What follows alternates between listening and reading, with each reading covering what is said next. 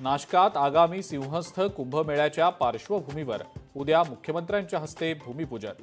मुख्यमंत्र्यांना घेराव घालण्याचा काँग्रेस प्रदेश सचिव राहुल दिवेंचा इशारा।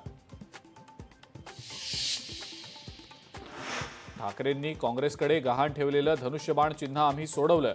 परभणीतल्या मेळाव्यात एकनाथ शिंदेंची उद्धव ठाकरेंना बोचरी टीका। शिवसेना पक्ष आणि चिन्हाबाबतच्या सुनावणीची बतावणी सुरू। प्रकरण विसरण्यापूर्वी कदाचित निकाल लागेल यावर विश्वास। सुनावणीवरनं उद्धव ठाकरेंची उपरोधिक टीका। लोकांनी तक्रारी केलेल्या आहेत की तक्रार संकलन करणाऱ्या गाड्या ज्या आहेत त्या खराब झालेल्या आहेत। अशा प्रकारे जर बेकायदेशीररित्या कोणी वाहतूक करत असेल आणि कचऱ्याचं संकलन करत असेल तर त्यांच्यावर निश्चितपणे कारवाई केली जाईल। परिवहन मंत्री प्रताप सरनाईकांनी कचरा संकलन करणाऱ्या गाड्यांच्या विरोधातील लोकशाही मराठीच्या बातमीची घेतली दखल। सरनाईकांनी या गाड्यांवर कारवाईचे दिले निर्देश।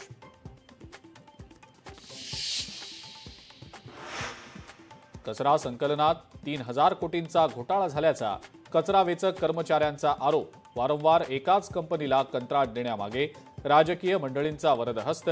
कामगार नेते बाबा कदम यांचा आरोप।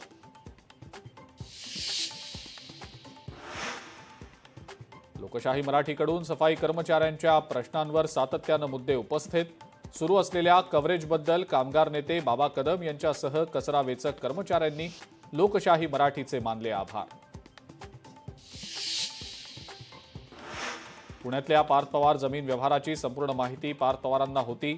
अंजली दमानियांचा दावा। पार्थ पवारांची अमेडिया कंपनीत 90% पार्टनरशिप। पार्थ पवारांवर गुन्हा दाखल व्हावा दमानियांची मागणी।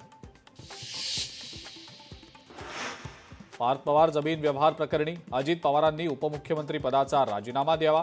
राजीनामा दिला तरच निष्पक्ष चौकशी होणं शक्य दमानियांचा दावा।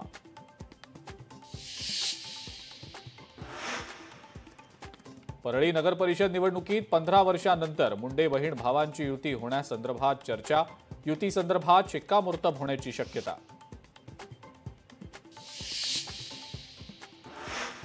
देशातली सर्वात मोठी दहशतवादी संघटना म्हणजे आरएसएस। सुजात आंबेडकरांचा गंभीर आरोप।